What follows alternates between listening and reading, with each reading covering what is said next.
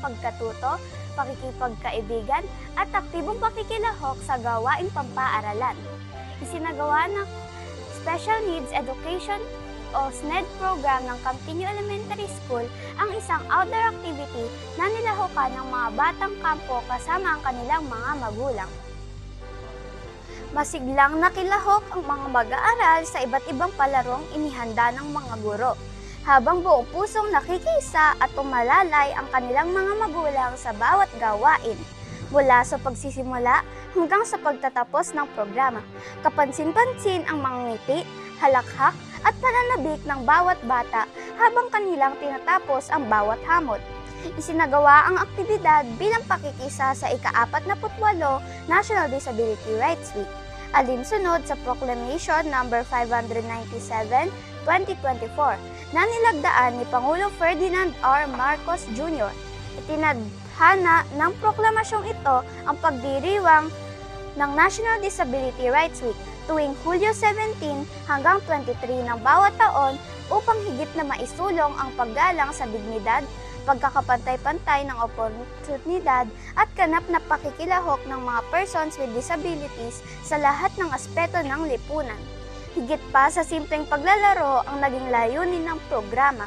Naging pagkakataon ito upang mapaunlad ang koordinasyon, komunikasyon, pakikipagkapwa at tiwala sa sarili ng mga batang may espesyal na pangangailangan. Kasabay nito, higit ding tumibay ang ugnayan ng mga magulang at kanilang mga anak sa pamamagitan ng sama-samang pakikilahok sa bawat gawain. Ipinakita rin ng aktibidad na ang aktibong pakikilahok ng mga magulang ay may mahalagang papel sa pag-unlad ng kanilang mga anak.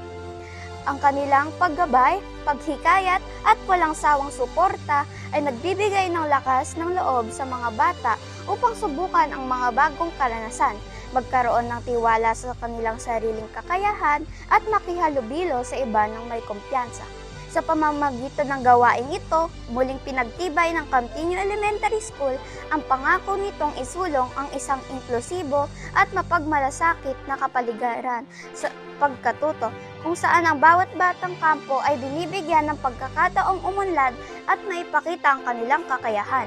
Patunay ang outdoor activity na ang mga payak na gawain, kapag isinagawa ng may pagmamahal, pagtutulungan at suporta ng pamilya, ay nagiging makabuluhang karanasan na humuhubog sa tiwala, kasanayan at pangarap ng bawat batang may espesyal na pangailangan.